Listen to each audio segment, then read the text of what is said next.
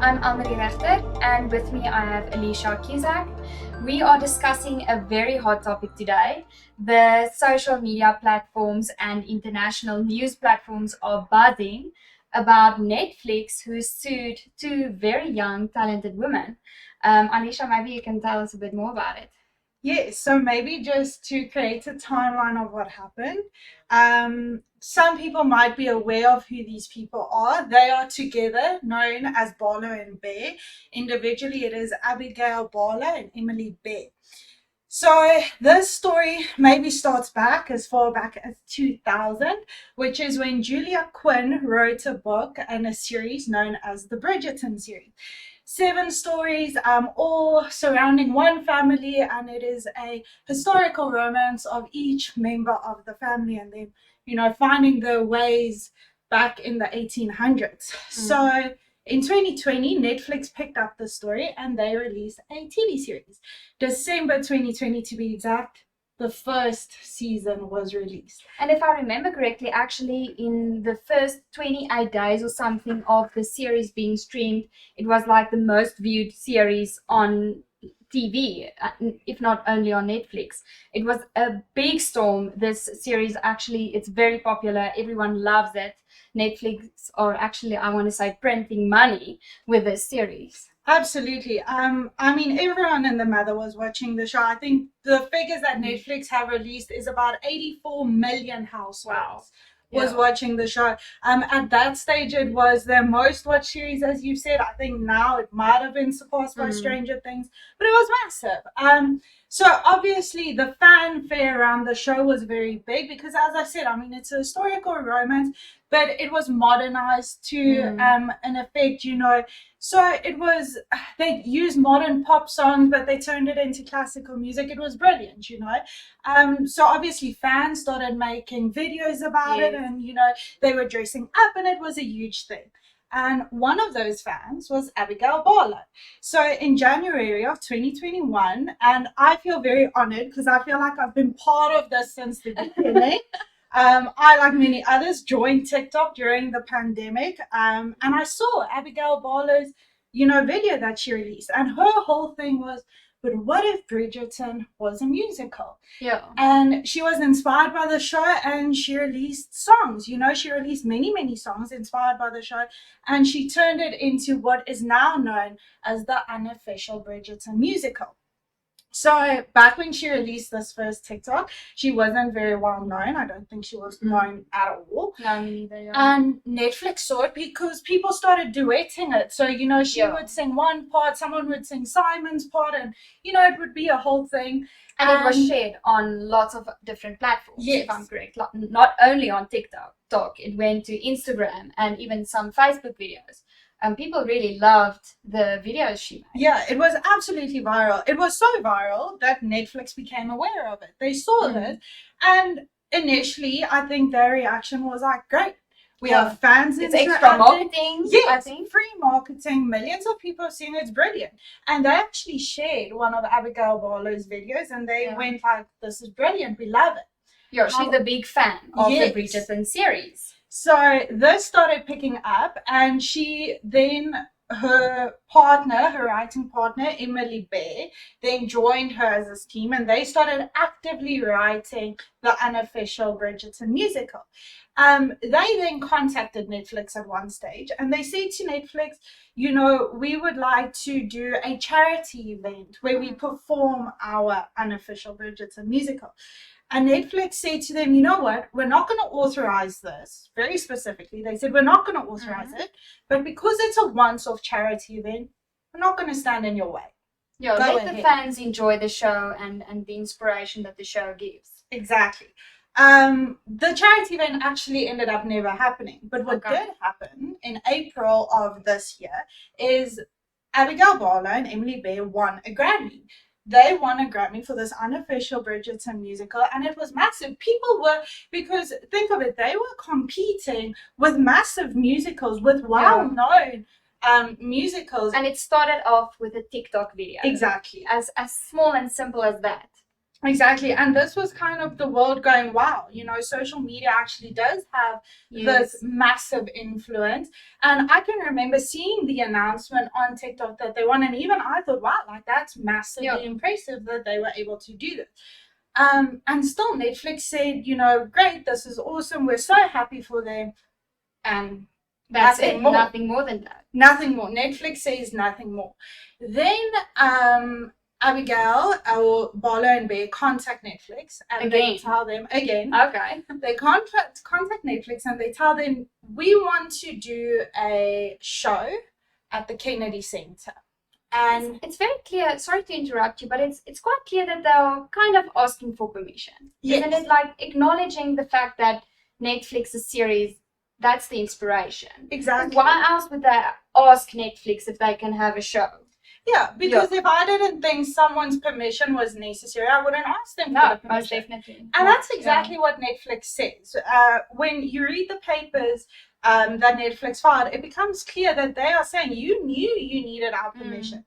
And up until the Kennedy Center affair, Netflix hadn't really actively intervened in what Barlow and Bear was doing. Kind of due to the fact, because a representative of Barlow and Bear was telling Netflix, you know, this isn't Barlow and Bear's main goal, this isn't their main project, and actually saying Barlow and Bear don't want to be known as the Bridgerton girls. Okay. So they're telling Netflix, no, Barlow and Bear are pursuing other projects, you don't have to worry about it.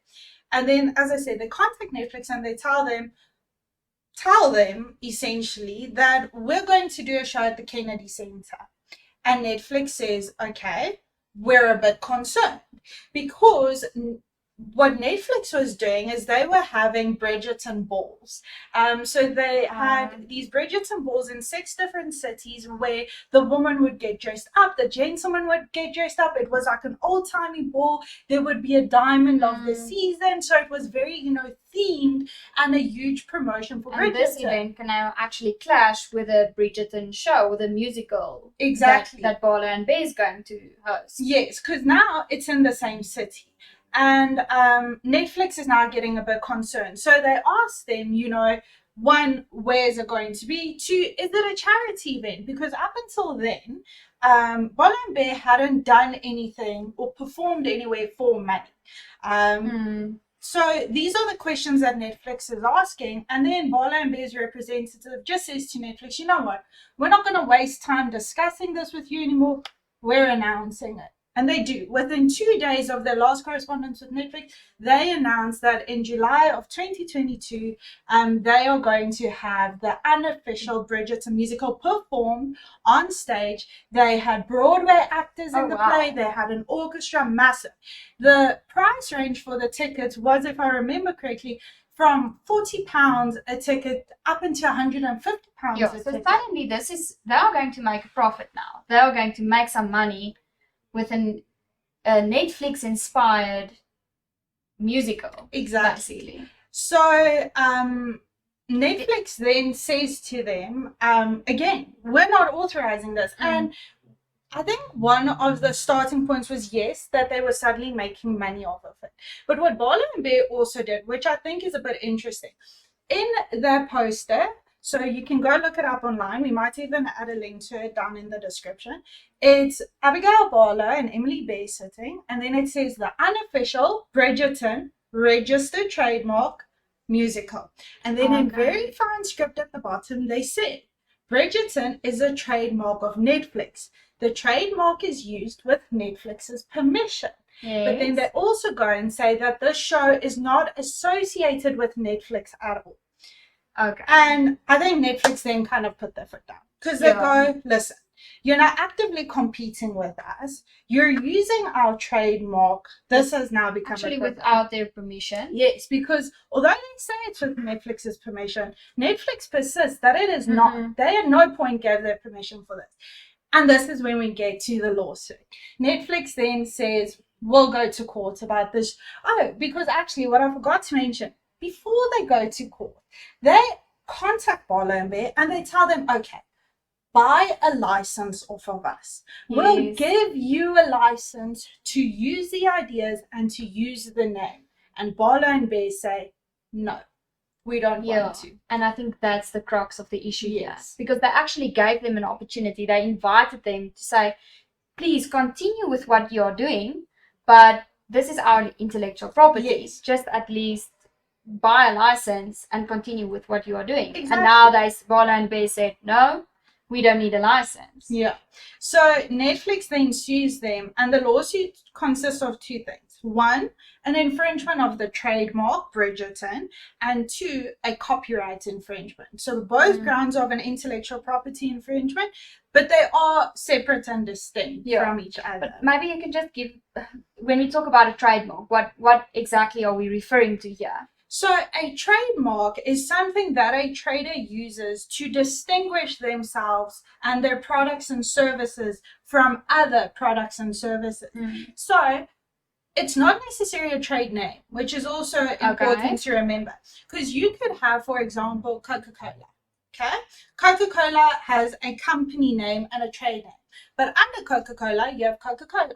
You have Coke Zero, you have Coke Light, you've got cream soda, and each of those are different trademarks that Coca-Cola, the company, has. You could even trademark certain logos. So, for example, if you look at Nike, the name, yes, that's a trademark, but so is their check. Yeah, and when you see the check, you immediately associate it with Nike. Yes. So is that what you say when we look at a trademark? Let's say, for example, Bridgerton. If we look at the way the words were blocked out, or the font that was used, does that form part of their trademark? Yeah, so you can get quite specific in a trademark to say, what it should look like. It can be words, it can be numbers, it can be, as I said, a logo, a name, or whatever. You can be very specific with the trademark. The essential element of a trademark is, as I said, that it should be distinguishable from other things. Yeah. So it should be something where you look at this and you go, oh, I know where this is from. I know who makes it. I know the quality of this thing because I know who makes it. It's like standing in a store, and if we get back to, say, Nike versus Adidas, or Nike versus a Mr. Price Tacky, when I see the check mark on a pair of shoes, I immediately think that's a Nike pair of shoes. Yeah. Nike has made that shoe. Yeah. I then think to myself, that must be of a superior quality or a Nike quality compared to maybe you're buying a brand, basically. Yes. That's what you do. So with a trademark, it must be immediately recognizable as well. Yes. Am I correct in saying that you should immediately link what you are seeing with the original company or whatever? Yeah, that's generally the idea of a trademark. So now what Netflix is saying, and this is where the trademark dispute comes in, one of the functions of a trademark is, as I said, it has the origin function, they call it. So that means when I see the trademark, I immediately associate it with a certain origin. And Netflix is saying the Bridgerton trademark is very strongly associated with Netflix. Yeah. So these two ladies, Bola and Bear, by using the Bridgerton name, they are causing consumer confusion. Yeah, because everyone actually now thinks they are maybe working for Netflix, or what they are doing is from Netflix. It originates from Netflix. That there's some association between what they are doing and what Netflix is doing. Yes. So that's the one element of Netflix's claim. Then the second is the copyright claim. Okay, and the copyright refers to? So copyright is different from a trademark because, as I said, a trademark refers to almost a distinguishable identity. Copyright refers to the material expression of an idea, or the manifestation of an idea. So it's not just an idea. If you want to protect your idea, you get a patent. Yes. But if you want to protect the thing that was born from an idea, for example, a story, lyrics, a song, a movie, that's when you get copyright. Okay. So in this case, the original copyright would have obviously filed with Julia Quinn, who was the original author. So it's not very clear here whether Netflix bought it, perhaps, or because you can buy copyright. You can buy it. It is property at the end of the day. So it's in all likelihood Netflix in some way obtained copyright from Julia by Quinn, compensating her for Yes. the work that she wrote. which is often the Yeah. case. I mean, authors do it all the time. There is generally two routes you can go about. The one is to sell your copyright in the story to another person. The other is, as we said, licensing. So in this case, and this is where America differs slightly from us, in South Africa, copyright is a thing that you just have. Automatically. Yes. You have it. If I write lyrics tonight in my bed, whether it's good or bad, I'm the author. I have copyright. Yes. So the requirements are originality, and then that it must be a material expression. Okay. As I said, it must be. You cannot copyright something that just sits No. up here. It Yeah. must be You have created into Yeah. something. Yes. So she could have sold that completely to them. The other way that sometimes, especially movie makers, go about getting copyright is you get a license. Yeah. So a license allows you to do some of the things that someone with the copyright over the product could do with their permission. And then this new thing that you create becomes yours. Yeah. Okay, so that's where it gets a bit convoluted. But in this case, we're accepting Netflix had copyright. But you previously now mentioned, sorry to interrupt you, you said that in South Africa we automatically have copyright. In America, which is the law that will now apply in this lawsuit, is it different? Do they not automatically get it? So they do automatically get it. To that extent, we're the same. Copyright and a lot of intellectual property is one of those things. It's based on international treaties and conventions and things. So all the parties that are part of these international agreements, you'll see our intellectual property laws very much are similar. You know, Yes, yeah, they do. The only difference in America is that in order for you to sue someone on the basis of copyright, you have to go and register it. Okay. So this is again from Netflix's pleadings. It wasn't very clear whether they registered it merely for the purpose of suing or whether they had it. But the point remains, they have it. They have the intellectual property. Yeah, and Julia Quinn, the author, she's not disputing it. She's actually come out and supported Netflix and said, you know, she stands with them in what's happening. So they've said that they have the rights, the copyright in respect of Bridgerton, to make any songs, music, and any derivative work from Bridgerton. So a derivative work is anything that you create that is inspired by this original thing. Yeah, and I think it was Bala who actually admitted that this is a Bridgerton-inspired musical. Exactly. I mean, from her TikToks and what she subsequently said, they constantly reference the fact that this musical is inspired by the Netflix show. I also want to mention, I even read one of the articles about this, and specific dialogue that actually occurred in the series was also used in some of the songs, which I can also assume is a copyright issue. So this is what Netflix is saying, is they're saying, one, your storyline is exactly the same. They say you haven't, substantially changed the storyline. It's still, the Duchess and the Duke getting together and their difficulty. It's the same story. And you can recognize some of the characters, if I'm not mistaken. Exactly. Yeah. Character names are the same. Character mannerisms are the same. And then, as you said, dialogue. So Netflix in their action refers to the fact that in the show they would use certain dialogue and they would say, I think the one that sticks with me is something along the lines of, we're in the same room but yet we feel oceans apart.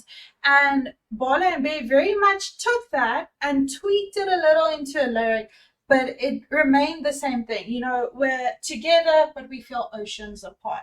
And Netflix is saying, you haven't even gone so far as to write your own original lyrics. Yeah. You took dialogue, you took inspiration from our dialogue to create this musical.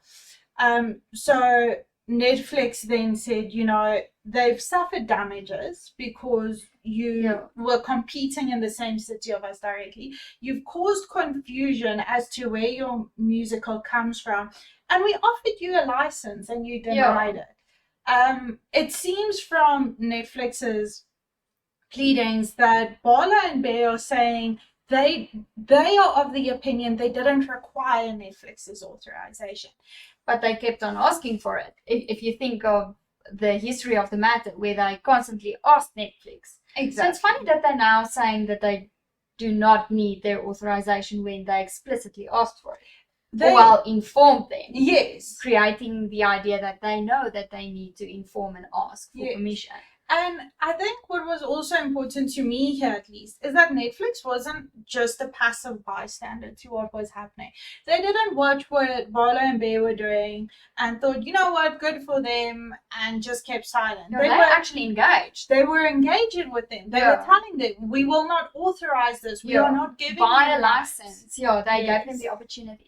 But you know, Alicia, I'm actually forming my own opinion here, and to my mind, I think Bolo and Bear might be in trouble. That's my opinion. Obviously, we haven't received or read their arguments, but what do you think? What can their defense actually be? If you think of now they are being sued, what will their reaction be? Why do they think what they are doing is actually legally fine and you know? So obviously my opinion about it is very much informed by South African, case law and how we approach intellectual property. I do think there is an overlap, as I said, between how we do it and they do it. In South Africa, it is actually possible to use someone else's copyrighted work, create something, and then get your own copyright over this other thing, even though it infringes on the first copyright. Okay. So even if I were to wrongfully infringe on your copyright, I could still get copyright over my thing. Maybe this is what they can... But the question is, the word that the South African courts use is that it must not be a slavish copy of the first thing. Okay. There must be an almost substantial transformation that you make. Sometimes what we see this a lot in music. We see modern songwriters who use a little snippet of a song in the 80s or a beat, a guitar or something, and they transform it into a completely new thing. Okay, so that transformation is quite important. Yes. That it actually transformed to something different. Yes. And something new. But do you think that actually happened in this Bridgerton musical? Is it actually transformed that we can say it's something new and different? I think they're going to struggle to get over that hurdle, because the two things, or actually the three things that we would have looked at, is one, whether the two things are objectively similar. And yeah, I would say they are. Yes, we've got the same themes, we've got the same characters, we've got the same dialogue. Yeah. It's very much the same thing. And I think in this regard, it's important to note that Netflix's adaptation of Julia Quinn's original story is quite unique. They went and modernized it in that they changed racial profiles of certain characters in order to fit within our modern world. Yes, world perspective. So it's not like a Jane Austen historical romance. It's got a very distinctive swing to it, where you look and you know that is Netflix's Bridgerton, and that theme has very much translated into this musical, I think. And that's when we get to the second thing that the court looks at, is they look at whether there is a substantial portion of the two things that are the same. And what's important here, and the courts in our country emphasize that over and over again, it's not quantity that they look at. Okay. They don't care how many things are the same. It's quality. Yes. It's whether what you've copied really goes to the heart and the character of what the original thing was. And again, I think there Bolo and Bear are going to struggle, because Netflix have created a very unique profile when it comes to Bridgerton. And they used it to create a very nice and very likable musical, but it still flows from the Bridgerton series. So the crux of their musical is actually the Bridgerton series. Yeah. And then the last thing that the courts would have looked at is causality. And that's very simple. Is there a link? Can you show that this person even knew of the original thing when they created it? There is no question about definitely it. Not. irrespective of the fact that 84 million households watched the show, Barlow and Bear themselves repeatedly say Netflix's show was a massive inspiration. And once again, them contacting Netflix acknowledges the fact that there's a link between the series and their musical. Yes. So, I think I'm very curious to see what's going to happen, but I have my opinion. Yeah. We'll have to wait and see, I assume. The matter's not before court yet, is it? No. So Netflix have, as I said, instituted action, and that's what's in the headlines at the moment. We couldn't find any reply by Barlow and Bear as of yet. In my opinion, it's likely that they won't let it get all the way to court. Oh, okay. So you think they were going to settle outside of court? Yes. I think so. I think it's, unless they pull something out of the bag, which I can't see them doing, I think that would be the smartest move for them to do. To actually go and settle and maybe pay a portion of the damages that Netflix incurred, and then hopefully will that move on then be the end of the musical? New. Then they can create something new. Yeah. They might even negotiate with Netflix to get that license that Netflix was putting on the table, but I mean, we'll have to see whether Netflix is inclined to give that to them after the struggle they've gone through. But yeah, I think intellectual property is it's a very niche-ish topic. It is, yes, definitely. And it has a lot of, finer details that you need to look at. It's not always as clear-cut, because I think that's another thing that people here need to take into consideration. If we refer again to the musical thing, some of the listeners might remember, you might know, Olivia Rodrigo. She is a big up-and-coming artist. She had massive hits. She had driver's license, and what TikTok did there is they listened to one of her songs and they went, wow, this sounds a lot like an Avril Lavigne song. Oh no, it was Paramore. Yeah. It was Paramore, Misery Business of Paramore. And they would actually overlay them. And it went on so long that Paramore said to Olivia Rodrigo, like, this sounds quite familiar. Yeah. And she ended up giving them recognition.